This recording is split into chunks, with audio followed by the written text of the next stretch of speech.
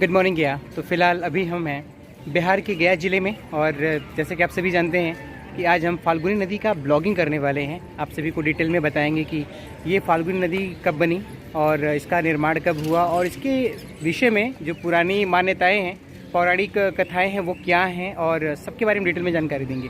फ़िलहाल एक छोटा सा ओवरव्यू देखिएगा। सुबह सुबह का 5:30 बज रहे हैं। पीछे है मुक्ति धाम, यानी कि जो डेड बॉडीज़ आती हैं जलाई जाती हैं। यहाँ पे 2 तरह से जलाई जाती हैं। पहला जो है वो यहाँ पे इलेक्ट्रिक के ज़रिए जलाया जाता है, और दूसरा लकड़ियों के थ्रू। तो पीछे आप जो देख पा रहे हैं ये लकड़ियों वाला नहीं है, इलेक्ट्रिक वाला है।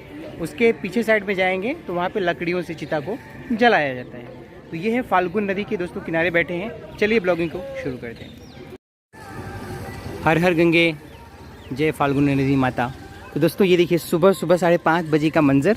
हम हैं बिल्कुल फाल्गुन नदी के किनारे, जिसे देखने के लिए बहुत ही ज़्यादा ललायत थे, और पिछले कई सालों से वीडियोस इंस्टा पे, वो यूट्यूब पे देख देख करके आंखें इतनी ज़्यादा भाव विभोर हो गई थी कि लग रहा था कि कब पहुँचे माता सीता कुंड के द्वार। जी हाँ दोस्तों, उस पार आप देख पा रहे हैं एक मंदिर है पहाड़ पे, ये माता सीता का कुंड है। और आइए इस फाल्गुन नदी के बारे में आपको डिटेल में इन्फॉर्मेशन प्रोवाइड करते हैं।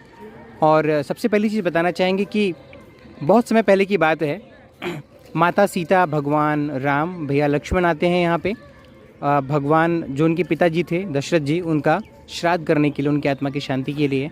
तो अब श्राद्ध के लिए लकड़ियाँ और सारी चीज़ें इकट्ठा करनी थी। तो भगवान राम और लक्ष्मण चले जाते हैं इकट्ठा करने। माता सीता यही नदी के किनारे बैठी होती हैं। तो इतने में नदी के अंदर से हाथ निकलता है, यानी कि भगवान दशरथ का हाथ निकलता है। उनकी आत्मा कहती है कि मुझे जल्दी पिंडदान करो, मुझे बहुत जल्दी पिंडदान करो। और माता सीता परेशान हो जाती हैं, हक्का बक्का रह जाती हैं और सोचते हैं कि क्या करें हम। तो उन्होंने उस वक्त एक पीपल का पेड़ हुआ करता था। अभी देखेंगे, आप सभी को दिखाएंगे कौन सा वो पीपल का पेड़ है। आई होप शायद ये वाला होगा। तो उस पीपल के पेड़ को साक्षी मान करके और इस नदी को साक्षी मान करके, यानी कि ये जो नदी है फाल्गुन नदी, इस नदी को साक्षी मान करके, उसके बाद एक गौ माता होती हैं गाय, इन तीनों को साक्षी मान करके, और एक वहाँ पे ब्राह्मण होता है, इन तीनों को चारों को साक्षी मान करके उनके पिताजी का श्राद्ध करती हैं। उसके बाद भगवान राम और लक्ष्मण आते हैं, तो वो कहते हैं, तो माता सीता की बातों पे भरोसा नहीं करते हैं। तो वो गाय से कहते हैं, तो गाय माता झूठ बोल देती हैं। सोचते हैं कि काश भगवान राम हमें इसी बहाने छू लें। तो वो झूठ बोलती हैं, कहते हैं नहीं, श्राद्ध सीता माता ने नहीं किया है। देन ऐसे ही ब्राह्मण भी झूठ बोल देते हैं। तो माता सीता गुस्सा होकर ब्राह्मण को ये श्राप देती हैं कि तुम जीवन भर इस घाट पे, यहाँ पे बैठ करके तुम चाहे जितना कमा लो, लेकिन तुम्हारी आत्मसंतुष्टि नहीं होगी। मतलब तुम चाहे जितना भी भिक्षा मांग के खा लो, लेकिन तुम्हारा पेट कभी नहीं भरेगा। ये सभी ब्राह्मण अपने ऊपर न लें। इस पर्टिकुलर जगह की मैं बात कर रहा हूँ, जो श्राद्ध कराते हैं पर्टिकुलरली, मैं उनकी बात कर रहा हूँ। और आज भी ये सत्य बात है दोस्तों। यहाँ पे जो भी पुजारी या पंडित कह लीजिए, जो लोग श्राद्ध कराते हैं ना, इनका पेट आज भी नहीं भरता। मतलब इतना ज़्यादा आपसे डिमांड करते हैं कि क्या ही कहें। तो ये उनको श्राप दिया गया।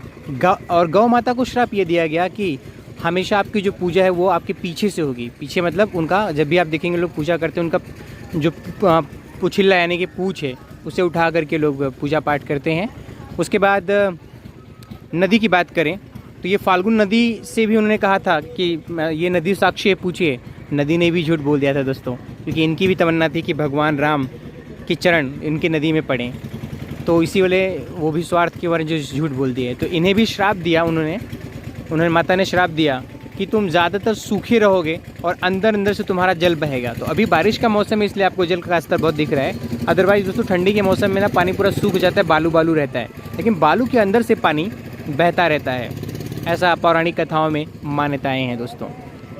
तो उसके बाद पीपल का जो पेड़ है, ये पीपल का पेड़ जो देख पा रहे हैं, जिसके नीचे श्राद्ध होता है और बहुत सारे लोग आके श्राद्ध करते हैं।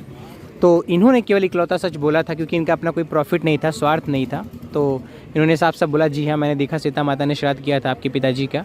तो इन्हें ऐसा वरदान दिया गया, इन्हें बोला गया कि यहाँ पे आने के बाद जो भी लोग गया करेंगे, या कह लीजिए कि जो भी पूजा पाठ करेंगे, बगैर आपके अधूरा रहेगा। तो इसलिए जो भी लोग यहाँ पे गया करने आते हैं, श्राद्ध करने आते हैं, पिंडदान करने आते हैं, तो यहाँ पे इस वृक्ष के नीचे ज़रूर करते हैं, तभी उनकी मनोकामना पूर्ण होती है दोस्तों।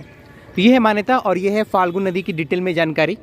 तो वीडियो कैसा लगा कमेंट के माध्यम से ज़रूर बताएं। आई होप कि मैंने सारी चीज़ें कवर करने की कोशिश की, क्योंकि अर्ली मॉर्निंग है दोस्तों और ठंडी ठंडी हवाएं बदन को छू रही हैं। माता सीता का कुंड उस पार दिख रहा है। नदी अपने उद्गम लेवल पे चल रही है। इस तरफ यहाँ पे बिहार के जो सीएम हैं वो हाथ जोड़े खड़े हुए हैं। तो काफ़ी अच्छा नज़ारा है दोस्तों। और अब दीजिए मुझे इजाज़त, मिलते हैं आप सभी से अगले वीडियो में। तब तक के लिए वेट एंड वॉच। तो गाइस चलते हैं फाल्गुन नदी से। देख लीजिए एक सुंदर सा दृश्य चलते चलते। और हमारे पास बचे हुए हैं केले, 5-6 केले बचे हुए थे। तो आई थिंक ये देखिए ऑटो में 2 बच्चे बेचारे छोटे छोटे से मिल गए। अब मुझे लगा ये लोग बड़े ऐसे दृष्टि से देख रहे थे कि जैसे मैं इन्हें कुछ दान कर दूं। तो मेरे पास फ़िलहाल अभी कैश तो है नहीं, और ये केला था। मुझे लगा कि चलो इस केले से बच्चों का थोड़ा सा भरण पोषण कर दिया। ये लो बेटा, ये लो, खा लेना आप लोग, ठीक है। तो बच्चों को केला दे दिया। ऐसे यार आप लोग भी देखिए, कुछ खाने पीने की चीज़ अगर आपके पास हो ना, या फिर यूँ कह लीजिए कि कुछ पैसे रुपए हो तो दे देना चाहिए ऐसे।